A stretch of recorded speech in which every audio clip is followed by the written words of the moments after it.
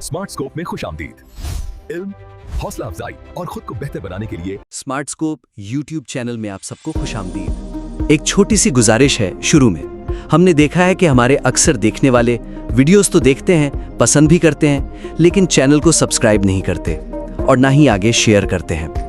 तो प्लीज अगर आपको हमारा काम पसंद आता है तो अभी सब्सक्राइब बटन दबाइए, बेल आइकॉन पर भी क्लिक कर दें और कम से कम एक बार इस वीडियो को अपने दोस्तों के साथ जरूर शेयर कीजिएगा। आपकी ये सपोर्ट हमारे लिए बहुत अहम है, शुक्रिया। अच्छा जी, तो आज का मौजू बहुत अहम है और शायद हम में से बहुत से लोगों ने इसका तजुर्बा किया हो। हम बात करेंगे एनर्जी वैम्पायर्स की।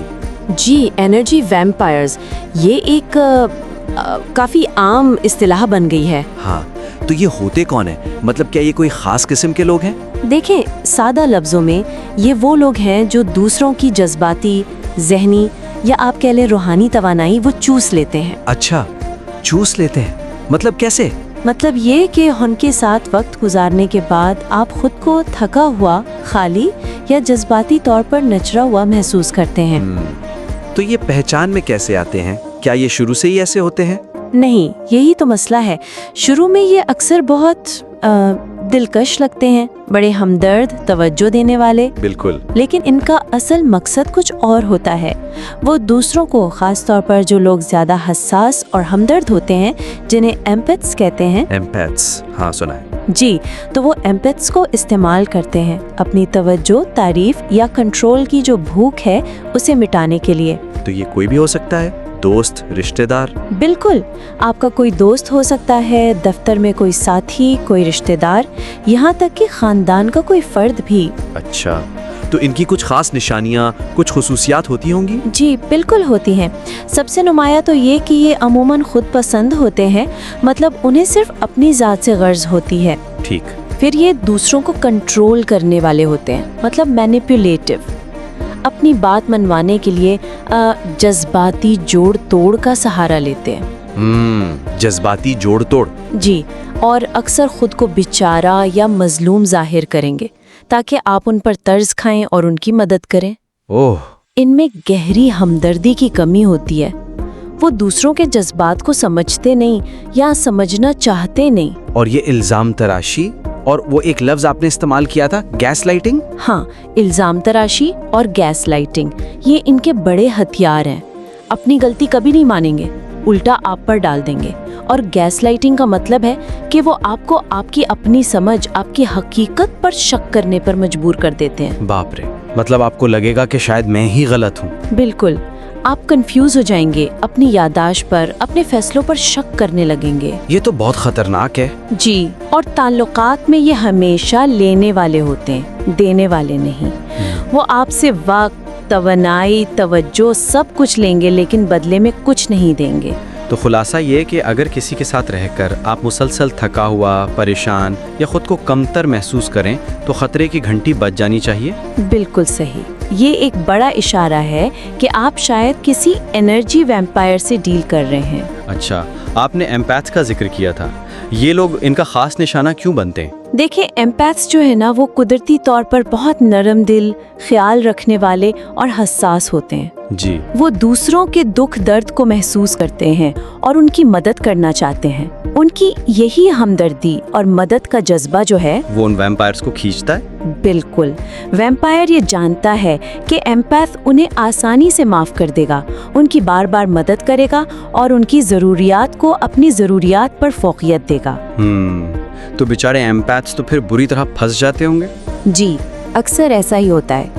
वो उन्हें ठीक करने की कोशिश में लगे रहते हैं। वो समझते हैं कि शायद उनकी मोहब्बत या तवज्जो से ये शख्स बदल जाएगा, चाहे उसमें उनका अपना नुकसान हो रहा हो। जी, चाहे वो खुद जज्बाती और जहनी तौर पर बिल्कुल खत्म हो जाएं।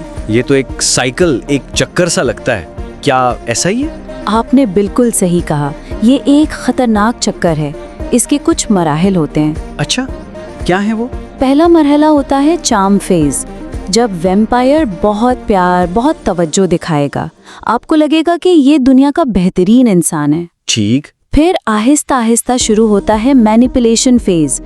तनकीद, गैर ज़रूरी मुतालिबात, जज्बाती ब्लैकमेलिंग, वो सब शुरू हो जाता है। ओह। इसके बाद आता है ड्रेन फेज।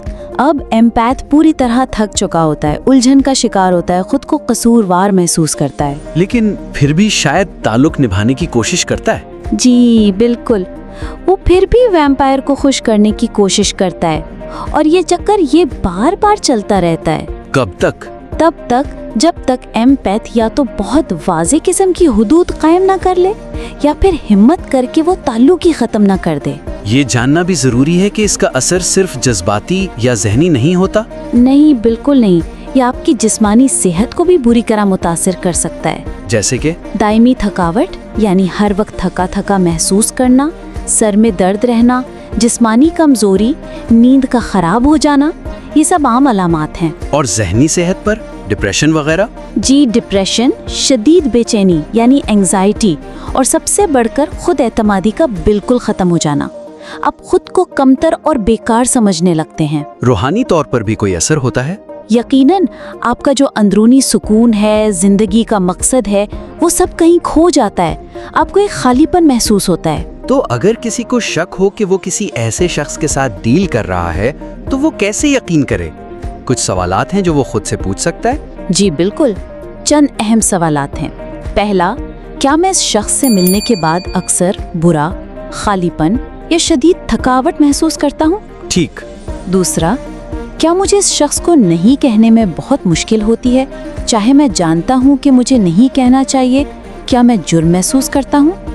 ये अहम है। तीसरा, क्या मैं अक्सर इस शख्स के सामने खुद को कसूरवार, कमजोर, छोटा या बेइज्जत महसूस करता हूँ? अगर इन सवालों का जवाब हाँ में है, तो बहुत ज्यादा इम्कान है कि आप किसी एनर्जी वैम्पायर के असर में हैं। तो सबसे अहम सवाल, अगर ऐसा है तो अपनी तवानाई को बचाया कैसे जाए? क्या तरीके हैं? सबसे पहला और सबसे जरूरी कदम है वाज़े हुदूद मुकर्रर करना, यानी क्लियर बाउंड्रीज।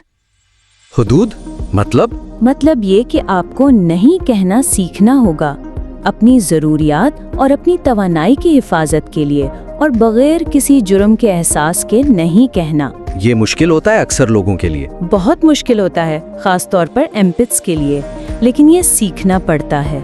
और सिर्फ नहीं कहना नहीं, इस पर कायम रहना भी जरूरी है। सही। और क्या? दूसरा, राब्ता महदूद करें। उन लोगों के साथ कम से कम वक्त गुजारें।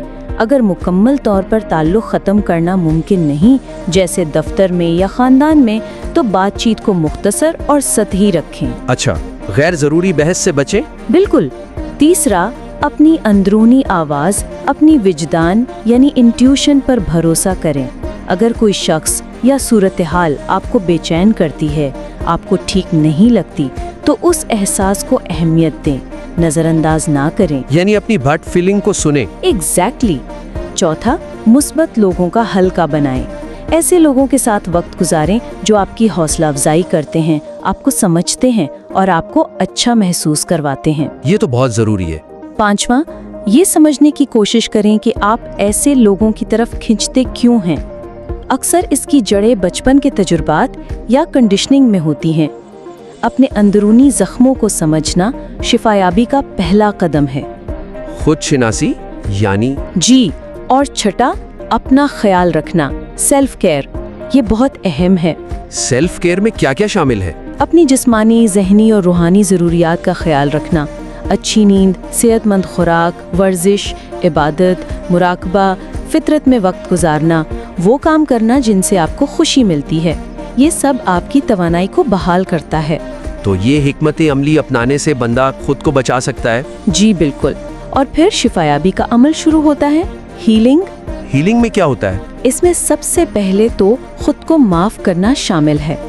माजी में जो हुआ, जिन रिश्तों में आप फंसे, उसके लिए खुद को इल्जाम न देना। ये भी मुश्किल काम है, लेकिन जरूरी है। फिर अपनी कदरों कीमत को पहचानना, ये समझना कि आप अच्छे सलूक, मोहब्बत और इज्जत के मुस्तहिक हैं। अपनी सेल्फ वर्थ को जानना। जी।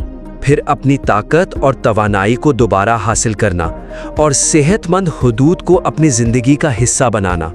आखिर में खुद से मोहब्बत करना सीखना और एक मुतवाज़न ज़िंदगी गुजारना। और जब कोई एम्पैथी ये सब सीख लेता है तो वो खुद ब खुद सेहतमंद और मुस्बत ताल्लुकात को अपनी तरफ खींचने लगता है, क्योंकि अब वो अपनी तवानाई की हिफाजत करना जानता है। तो इस सारे गुफ्तगू का या इस तहकीक का मरकजी पैगाम क्या है? मरकजी पैगाम ये है कि आपका काम एनर्जी वैम्पायर्स को बदलना या ठीक करना नहीं है, ये आपकी जिम्मेदारी नहीं है। तो फिर क्या है?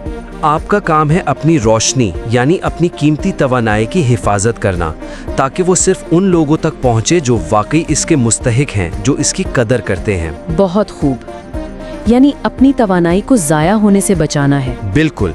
जब हम दूसरों को खुश करने के चक्कर में खुद को भूल जाते हैं तो अपनी जिंदगी का तवाजुन खो देते हैं। सही, लेकिन जब हम अपनी तवानाई, अपने वक्त, अपने जज्बात की कदर करना सीखते हैं और उनकी हिफाजत के लिए हुदूद मुकर्रर करते हैं तो हमारी सेहत, खुशी और रूहानी सुकून सब कुछ आहिस्ता आहिस्ता बहाल होना शुरू हो जाता है।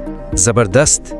तो आज हमने समझा कि ये एनर्जी वैम्पायर्स कौन हैं, उनकी पहचान क्या है, इनके असरात क्या हैं और सबसे अहम, हम अपनी इस कीमती तवानाई को कैसे महफूज रख सकते हैं। जी, और याद रखने की बात यह है कि हुदूद मुकर्रर करना और अपना ख्याल रखना खुद गर्जी नहीं है, बल्कि अपनी बका के लिए ज़रूरी है। बिल्कुल। बहुत शुक्रिया आपका इस अहम मौजू पर इतनी तफसील से बात करने के लिए, और आप सब देखने वालों का भी शुक्रिया। उम्मीद है आपको ये मालूमात पसंद आई होंगी और आपके लिए मुफीद साबित होंगी। जाते जाते एक बार फिर याद दहानी, स्मार्ट स्कोप को सब्सक्राइब करना, इस वीडियो को लाइक करना और अपने दोस्तों के साथ शेयर करना ना भूलें। आपकी हिमायत हमारे लिए बहुत कीमती है। अगली बार एक नए मौजू के साथ हाजिर होंगे, तब तक के लिए अपना ख्याल रखिएगा। अल्लाह हाफिज।